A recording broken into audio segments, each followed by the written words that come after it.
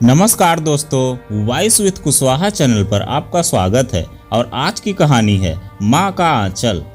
कमरे से आती खो खो की आवाज़ ने मानो सीना चीर के ही रख दिया था उसका। खांस खांस के गायत्री अम्मा अंकिता को बुला रही थी। करमजली, जरा आके मेरे बर्तन तो उठा ले। आज ये नई बात नहीं थी कि अंकिता को करमजली के नाम से पुकारा जा रहा था।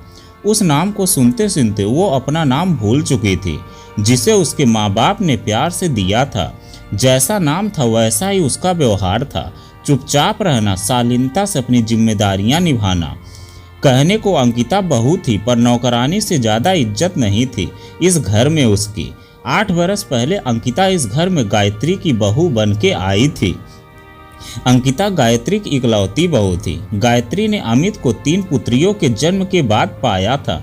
काफ़ी मिन्नतों के बाद अमित पैदा हुआ। बड़ी बहनों का चहेता था अमित, और तो और गायत्री ने भी उसे सिर चढ़ा रखा था। सो पढ़ाई पे कोई ज़्यादा ध्यान नहीं दिया था।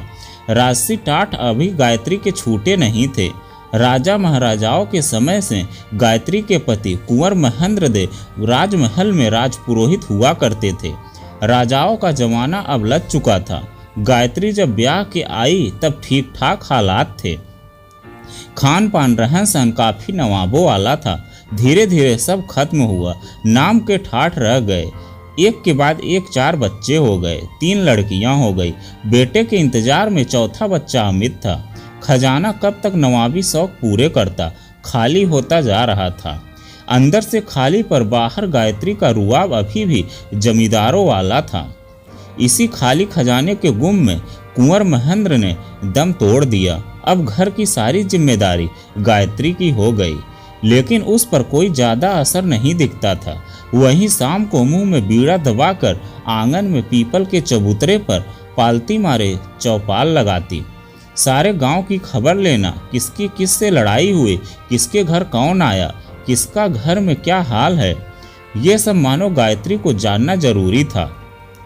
रो रो के पूछती और हंस हंस के गानों वालों में से थी वो। अपने फटे का पता नहीं, पर दूसरे के फटे में जरूर टांग अड़ाने में आनंद आता था। माँ को देख बेटियां भी इसी तरह की हरकतें करती। बातों बातों में फंसाकर गायत्री ने अपनी तीनों बेटियां किसी न किसी के पल्ले बांध दी। बाहरी चमक देखकर लोग मूर्ख बन जाते और गायत्री की बातों में आ जाते और रिश्ता जोड़ लेती थी। अब बारी अमित की आई। बच्चों की अधूरी परवरिश के कारण पढ़ाई लिखाई तो कोसों दूर थी। बस राजसी तमगे के कारण रिश्ते आ रहे थे, जिन्हें गायत्री इनकार कर रही थी। उसे तलाश थी ऐसे घर की जो उसकी खोई पूंजी वापस से लाकर भर दे। ईश्वर सब देखता है। पास के गांव के जमींदार के घर से अमित के लिए रिश्ता आया। बहुत अमीर थी, अकेली लड़की थी अंकिता। बस गायत्री को हर हाल में उसे बहू बनाना था। लोगों से जोर लगवाकर गायत्री ने रिश्ता पक्का करवा लिया। खूब धूमधाम से शादी हुई। गहने कपड़े न जाने क्या क्या शादी में मिला। एक चीज, संस्कार जिसकी कमी गायत्री के घर में थी, अंकिता के रूप में वो गलती से आ गई, जिसकी गायत्री को कोई जरूरत नहीं थी। कुछ दिन तो सब अच्छा रहा, फिर गायत्री की मांग बढ़ती गई। मायके जाती तो अंकिता को अपने मायके से लाने वाले सामान की लंबी लिस्ट मिलती लाने के लिए, जो उसे अच्छा नहीं लगता था। इस बार जब वो गई तो कुछ नहीं लाई, बस अपनी माँ की एक जरी सी साड़ी जो अंकिता की नानी ने उसकी माँ को दी थी। उस साड़ी का महत्व केवल उसका परिवार ही जानता था। इतने गरीब घर में आकर कभी उसने अपनी असलियत अपने माँ बाप को नहीं बताई, लेकिन अब वह वहाँ से कुछ न लाने की सोच। बस वो 6 मीटर आंचल साड़ी, जो हर परिवार की मर्यादा होती है अगर समझो तो। अब गायत्री का व्यवहार भी बदल गया। वो अंकिता को करमजली कहने लगी, जैसे उसने ही सारा घर खाया हो। दहेज की रकम से अच्छा घर अच्छा चल रहा था, पर अंकिता ने अब घर से कुछ न कुछ लाने की ठान ली। घर के हालात देख अमित अपने दोस्त की दुकान पर बैठने लगा। जो थोड़ा मिलता उसी से अंकिता घर चलाती। अंकिता घर के काम में लगी रहती। इसी बीच अंकिता पेट से हो गई, लेकिन गायत्री वही गाली गलौज चौपाल पर बहू की चुगलियों से बाज नहीं आती थी। दूसरों के साथ अपने घर की भली बुरी भी पो देती थी। बहू पर बिल्कुल ध्यान नहीं था, बस खुद जवान सी बनी ठनी रहती। थोड़े समय बाद अंकिता ने नन्ही परी को जन्म दिया। गायत्री के अंदर से ही चिल्लाकर दाई से पूछा, क्या जना है करमजली ने? लक्ष्मी आई है अम्मा। दाई की अंदर से आवाज आई। गायत्री ने तुरंत कहा, अरे नागिन आई है डसने, एक क्या कम थी, घर खाने दूसरी भी आ गई। अंकिता के धैर्य की मिसाल शायद थी ही नहीं। वो सदा की तरह चुप रही और अपना काम करती रही। बस अमित ही था जो उसे सांत्वना देता रहता था। परिस्थिति का और कम खुराक ने अंकिता को बिस्तर पर ला दिया। सीने में दूध बन नहीं पा रहा था तो बच्ची भूख सी सूझ जाती। गायत्री की खुराक में भी कमी नहीं आ रही थी।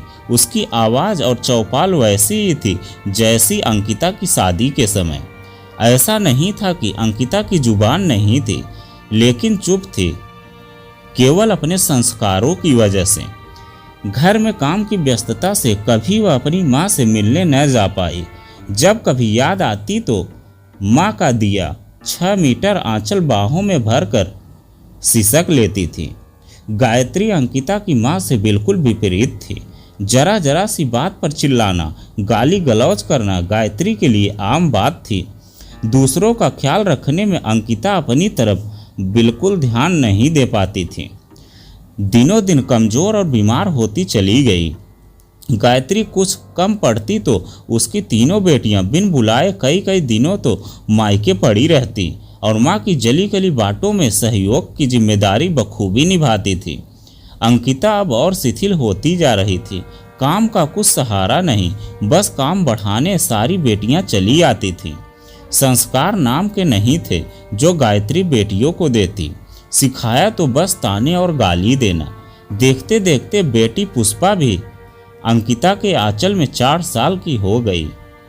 काश एक संस्कारी आंचल अंकिता की माँ की तरह गायत्री के पास भी होता, जिसे वो अपनी बेटियों को विदा करते वक्त देती, जिसे बेटियां अंकिता की तरह मर्यादा में रहकर सहेजती। अमित की व्यस्तता घर की अशांति को नहीं देख पाई। शांत स्वभाव की अंकिता भी घर की खातिर उसे कुछ नहीं बताती थी। अमित सोचता था कि सब कुछ ठीक चल रहा है और इसलिए सब बहनों और माँ की मनमानी चल रही थी।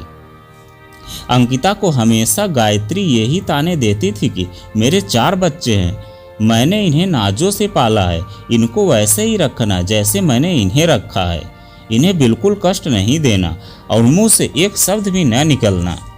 अमित चाहकर भी गायत्री के खिलाफ कुछ बोल नहीं पाता था।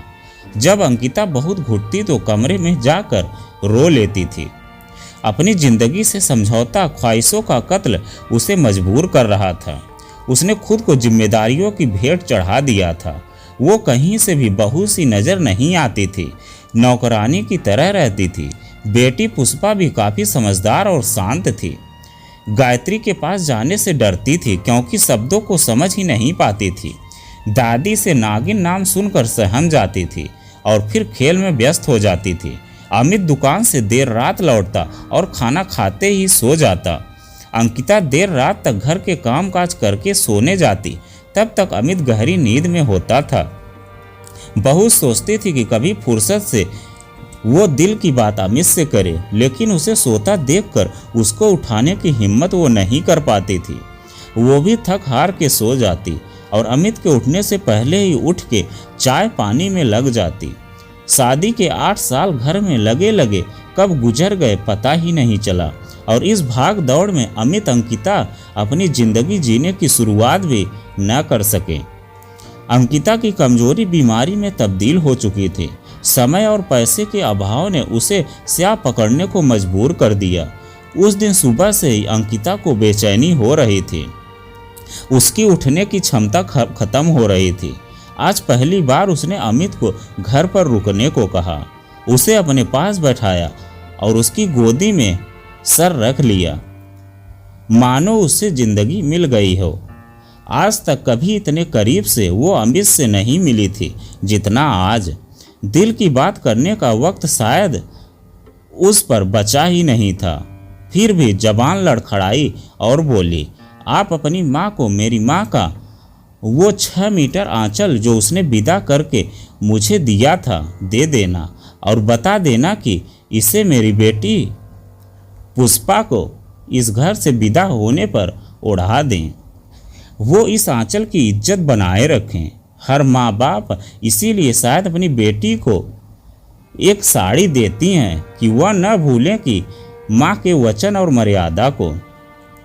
हम उसका मतलब अभी तक समझ नहीं सके थे। ये वस्त्र जो मायके से मिलते हैं वो संस्कारों को मर्यादित रखने के लिए होते हैं, दोनों घरों की इज्जत को ढांकने के लिए ही होते हैं। और शायद भाई भाभी भी इसी बात को याद दिलाने को हर त्योहार पर साड़ी देकर इस परंपरा को निभाते हैं।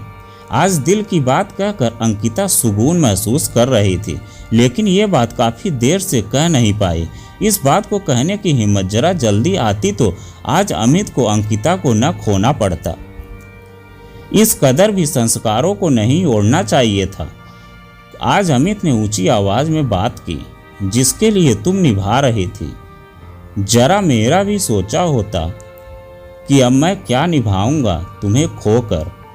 तुम रुको, मैं डॉक्टर लाता हूँ। नहीं, अंकिता ने कहा और अमित को बाहों में जकड़ लिया।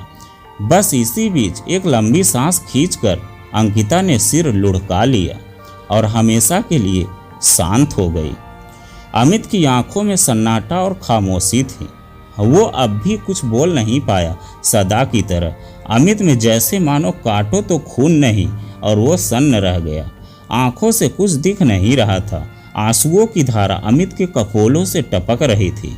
वो भागकर माँ के कमरे में गया और माँ से बोला, अंकिता नहीं रही। माँ से जो उत्तर मिला उसे अमित अचंभित रह गया। सदा की तरह कर्कश आवाज में बोली, कोई बात नहीं, और अच्छी आ जाएगी, सब्र रख। बस इस नागिन को भी निकाल दे, जिस दिन से आई है जीना हराम कर रखा है। अमित ने कड़वाहट का घूंट पिया और उल्टे पांव अपनी अंकिता के पास आ गया। उम्मीद नहीं थी कि इतनी बेरहम भी माँ होती है। आज अमित को अंकिता की सहनशीलता पर फक्र हो रहा था। कितने जल्लादों के बीच वो जी रही थी। एक वो अंकिता की माँ थी और ये एक मेरी माँ है। इतना फर्क क्यों है? माँ तो दोनों ही थी।